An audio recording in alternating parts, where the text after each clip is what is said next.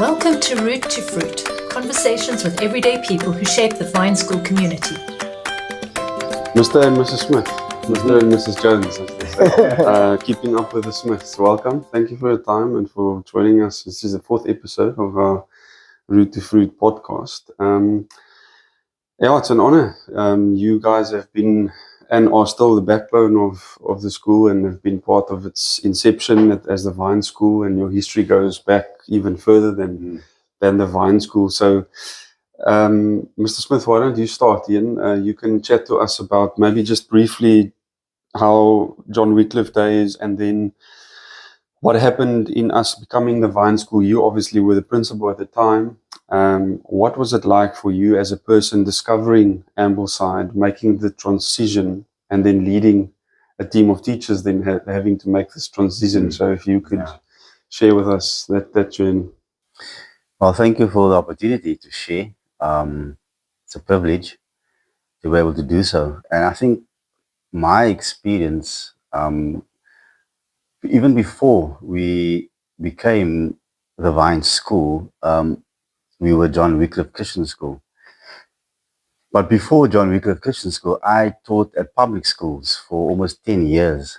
And during my time there, I just felt in my spirit that education wasn't what it should be. And I couldn't put my finger on it. But over time, there were a number of things that happened that made me actually choose to leave public education. For example,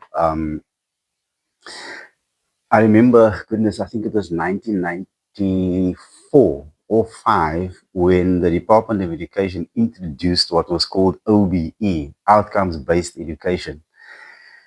And then a few years later, they introduced the National Curriculum Statement, a totally different approach to education. A few years later, they introduced the RNCS, the Revised National Curriculum Statement. And a few years later, what we have now is what happened after RNCS, CAPS, Curriculum Assessment Statement Policy. So since I started teaching, I've been exposed to 4 different approaches to education. And that was unsettling because teachers, while management needed to introduce the new approach, teachers needed to be trained. The Department of Education spent millions on training teachers, material and all of that. But it left teachers feeling sort of uncertain what's coming next. That left me feeling uncertain. Also at the time, standards were dropping. Children were treated more and more like numbers in the educational system. And it got to a point where I was a grade 6 teacher at the school that I was at before John Wycliff. It got to a point where one of the kids in my class, I gave them a science test to an Afrikaans class, short little 25-mark science test. And I was marking it at home, and this one boy had rewritten the entire question paper. And I was puzzled, went to school the next day and asked him about it. I said, how come he had done this? And after a few seconds, he just hung his head and he said to me, "Ek kan nie lees nie, meneer." This was grade 6.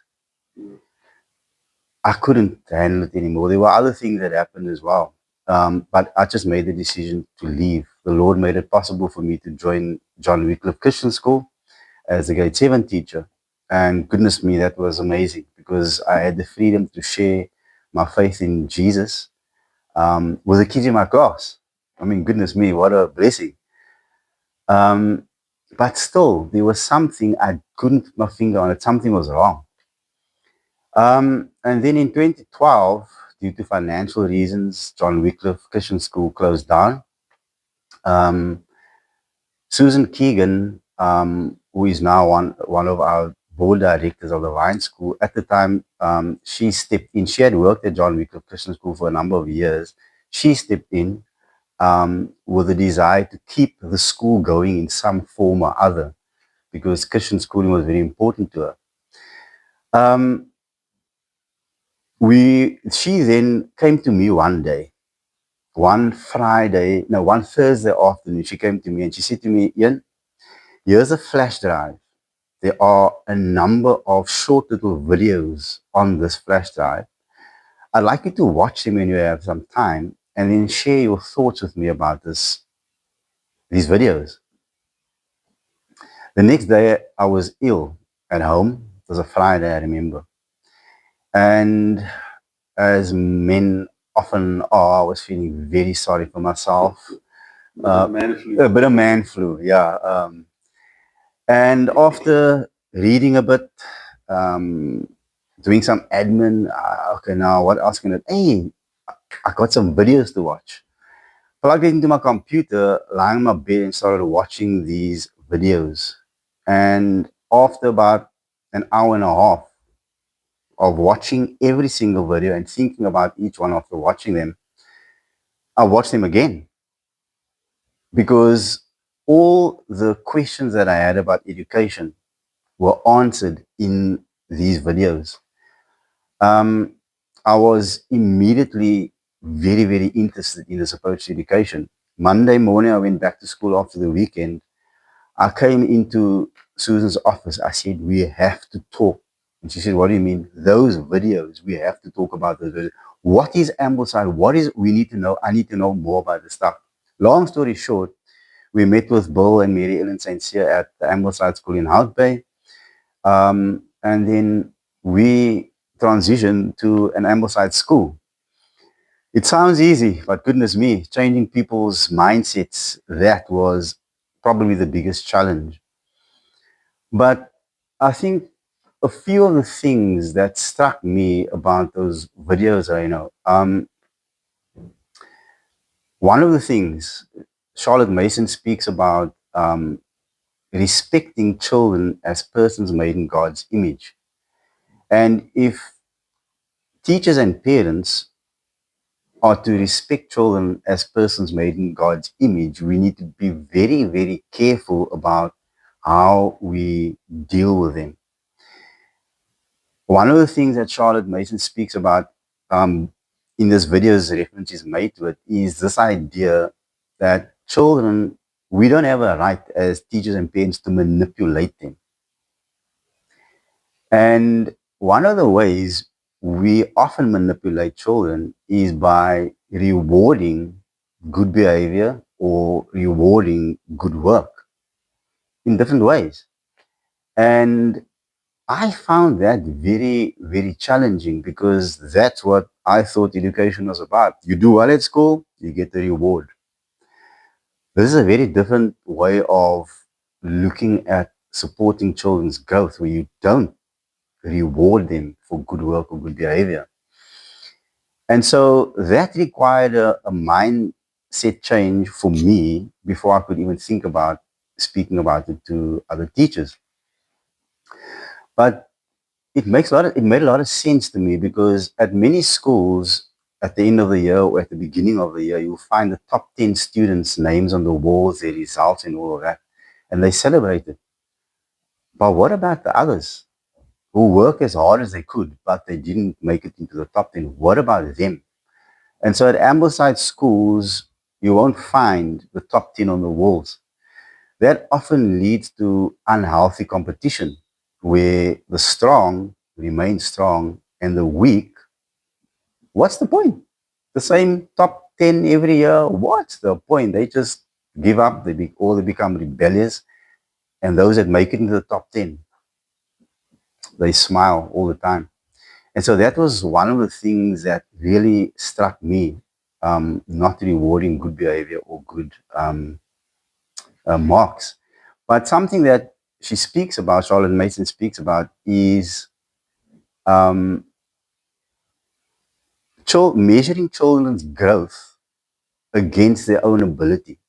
So how are you doing in maths? Oh, okay, I see you struggling in this area. I need to see how I can support you in growing in maths, or this area in maths. But I'm measuring your progress against your ability, not against another child's ability. That was a big difference for me, but it made a lot of sense. Another thing that struck me about this approach to education, I mentioned earlier on about 4 curricula that the Department of Education introduced in South Africa over about 20 odd years. what is really encouraging to me about this approach is that it is based on what could be called timeless principles. So children change, well, some children are all different, people are different, technology changes, the world changes, but there are things that stay the same. How children learn, that doesn't change. And so this approach to education, it's guided by a very specific, definite philosophy that takes into account things like children are born persons made in God's image. They have what they need already in them. They were born with what they need to grow within them already. We don't have to put stuff in them. That's a different way of thinking about education. If it's a philosophy that's guided by specific principles, as a teacher, I don't have to be looking, what can I do? How will I make this more exciting? I don't have to do that. We don't have to look at different curricula. This is our guiding philosophy, and this is what we do. It's liberating in that sense, where I am free to follow this philosophy, apply it in the classroom, but I don't have to look for other stuff. I don't have to add things to it. It is what it is. It takes the personhood of children into account, and that for me is deeply encouraging.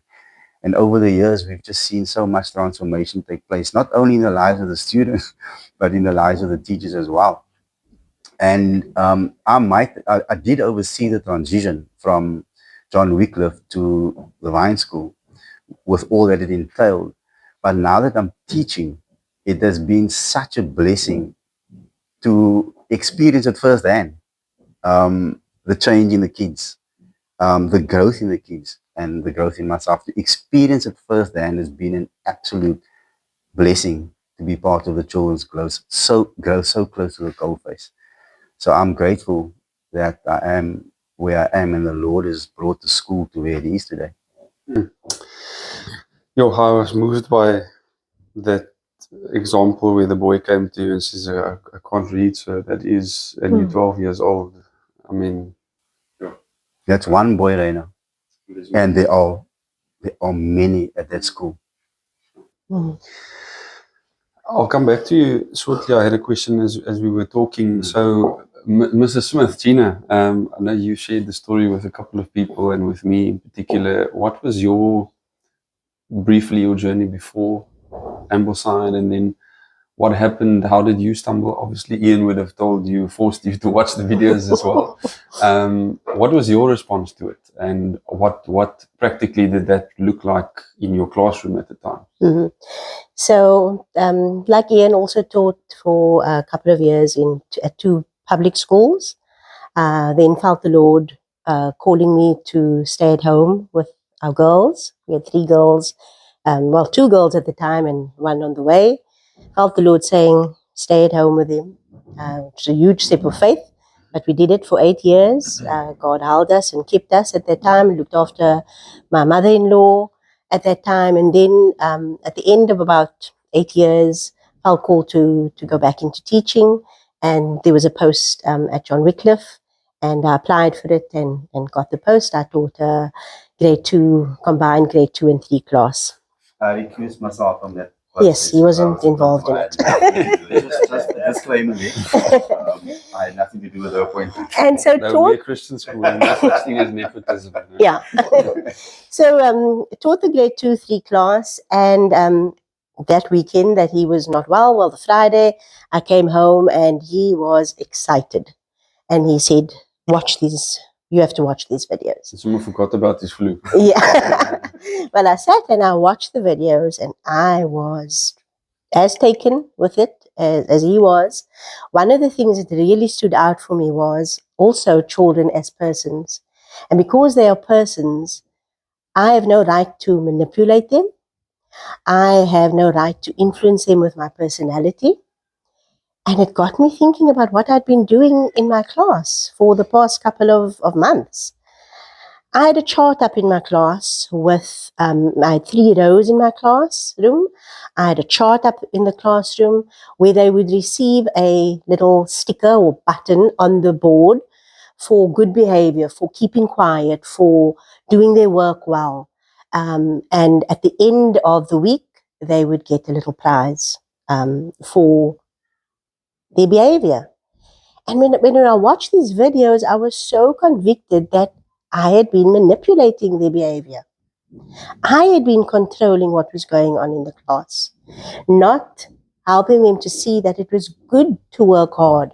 It was good to be quiet when teachers stepped out for a minute or two, that they weren't doing it for me, that they were working as unto the Lord. We were a Christian school. That was something that I wanted them to know. Well, that was the weekend. And the Monday I came to school, I immediately took that chart off. And I spoke to my class and I said to them, I must apologize to you because I have been trying to control things, trying to manipulate you, and also not expecting you to do the right thing when I think you can. I think that when I ask you or tell you to work, that is what you're going to do. If I step out of this classroom, that I'm not here, but there is someone that's with us all the time, God, the Holy Spirit, and so that you can do this well. And I was shocked that the children behaved better than they did when I was controlling them with that chart. I was absolutely shocked by that they were actually just rewarded intrinsically by choosing to do the right thing, choosing to work hard for hard work's sake, choosing to do the right thing when I stepped out of the classroom. And so for me, that was really amazing. And then, of course, as the training went on, we learnt about lifelong learning, that children should delight in the subjects that are set before them. And so we had in 2011 a little bit of a transition where we tried out read aloud. And I remember sitting in the classroom, the children around me, reading the story to them. It was The Railway Children by E.S. Nesbitt. And the children were so taken with this beautiful story, with the ideas in the story. As a class, we delighted in the ideas that we spoke about. They delighted in the struggles of the family. We shared joys, we shared tears. And for me, that really resonated with me because I felt like I was doing life with these children.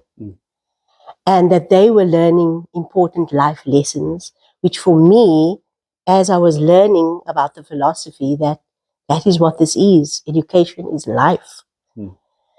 And so the really transformative things in the change was children as persons. They are just like me. They have everything that they need. They're just like me. Yet I have a little bit more life experience, sometimes a lot of more life experience.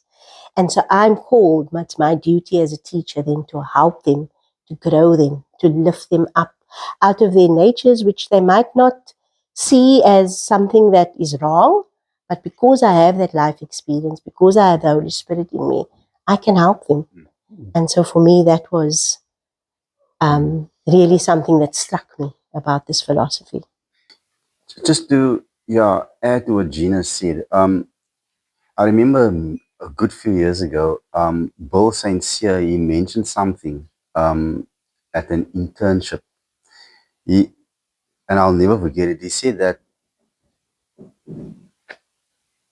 curriculum should always be subordinate to character formation. Curriculum should always be subordinate to character formation.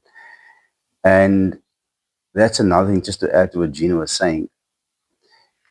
What's the point of being South Africa's best lawyer? You win all your cases, but on a weekend you beat up your wife and you sleeping around. And so in Ambleside, we believe the same. We don't say that our big thing is about character formation, and we focus on character formation so that you will do well. If you have done life well with your parents, with your teachers, and you understand that it's okay, it's good to work hard. It's good to tell the truth at all times. It's good to care about others. If it's good to practice my timetables, it's good to practice my reading. If we can focus on character formation, those things almost naturally sort themselves out. And that's another reason why this approach to education is so appealing to us, is for that reason. Where we don't, at most other schools or in many other approaches to education, the focus is on academics, ABC 1 to 3. And then they try to focus on character formation. But if you flip it around, you're probably going to have a different outcome. So to add to what Gina said about the character formation, the focus, that's been something that really appeals to us. And we've seen the change in the kids and in ourselves and other teachers as well.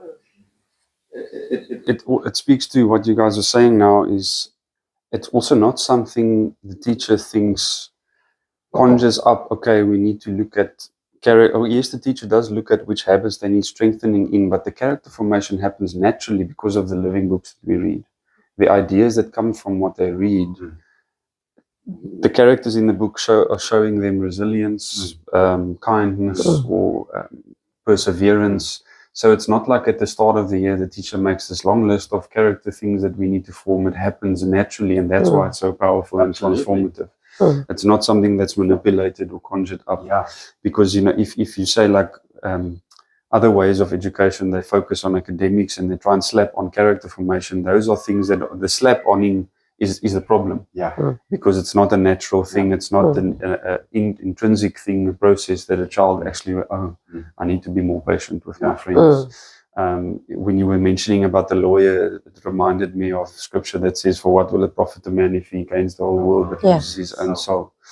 And that's critical. Last year, at the end of the year, we had our class lunches as we usually do.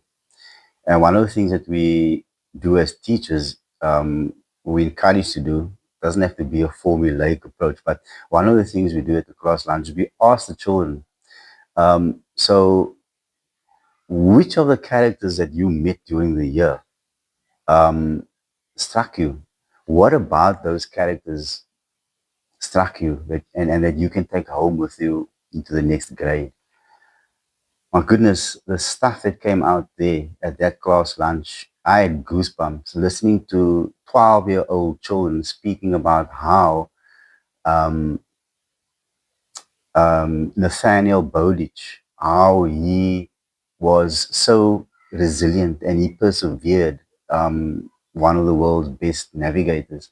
They spoke about the Apostle Paul and how one boy spoke about the Apostle Paul and how he trusted the Lord and he rejoiced in the Lord despite being in prison and all the hardships he faced. They spoke about Joseph Balone, the Black Mozart as he's sometimes called, and how this multi-skilled, multi-talented man, how he contributed to so many spheres of life through his skills, his expertise in certain areas. So, like you say, the things that they are exposed to, the books, the characters that they're exposed to, we as teachers try to get the children to connect with those characters, and then we focus on the ideas. And our prayer is that those ideas will shape their thinking, their actions, their words, so that they can be better people for God and for others. Sure. you can't think of many approaches that is able to achieve that. And it's always a thing of, we're not saying we're perfect, we're not saying we get it right all the time, but there's certainly a track record and evidence of that taking place. So both of you you finished MTTP, it's a 3-year master teacher training program. Gina, you're in the final year. So aside from the classroom and how doing this training program has obviously helped you to grow in you supporting the teachers and the children and our parents in habit formation, but just as a person, how has it shaped and transformed you? If you can summarize some takeaways. If you think about your graduation in June, July, you always get an opportunity to share a few words. What does that speech look like at the moment? What have you? It has been transformative. It shaped how I see people. It's deepened my understanding of people. You delve deeper into this woman who thought deeply about people, about life, about what would be the best way to educate persons. And so it's deepened my understanding about people, about children. And it's changed the way I think about people and how I respond to people. If I think about just one of the things she says, a man's one fault is not all of the man. So it's helped me to be less judgmental, kind and compassionate in my thinking about people. That as you have faults, I have faults, and I'm not called to judge you. Also, this education I find is twice blessed. So what I do with the children each day, gosh, it's an absolute blessing to me. I'm learning as well. Just this morning outside, children were watching 2 snails. And they were so interested in it. But they asked me a question and I couldn't answer them. And I said, I'm going to find out for you. I went to my office and went to find out some things. And I am blessed by what I read there. And I can't wait to go and tell them about it. So the MTTP program has really just deepened my understanding, made me able to help teachers better, understand children better, understand parents better, and to know how to come alongside them and help them in doing life together. Because for me, that has been what's resonated with me. This education is life, and I'm learning how to do life better. Yeah, makes me think of that lady who went to Charlotte Mason's, is it the college or something, training college, and Charlotte Mason asked her, why have you come here? To learn how to teach. And Charlotte Mason's response was, no, my dear, you've come here to learn how to live. Gosh. And I think speaking to everyone that's worked here, that's true for everyone. It's true for myself. It's been twice blessed, as you say. Guys, that's all we have time for today. I think, we'll chat more in the next episode. Go into details on stories of how you have supported alongside the parents a child and how helped them to overcome struggles with paying attention, struggles with reading maths, struggles with kindness, being patient. You have about, we're turning 14 years old this year, so you have about 14 years worth of stories, which is not enough for this, not enough time for this episode. And then, speak about what makes the partnership between school and parents work, and perhaps some things that doesn't make it work. I think that would be some valuable insights there. But thanks for your time. Thank you. This was lovely. Yeah, I've heard much of what you said before, but each time I'm just struck by something different. And a living education, they say. So thank you. Thank you.